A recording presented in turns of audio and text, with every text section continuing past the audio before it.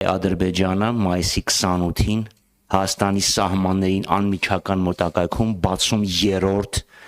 ճակերտավոր միջազգային օդանավակայանը։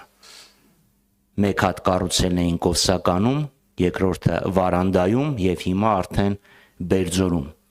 Եվ ինչու հանկարծ Ադրբեջանը երեք հայտարարեց, որ Խոզնավարում իրանք չեն կրակել։ Իսկ ով է կրակել։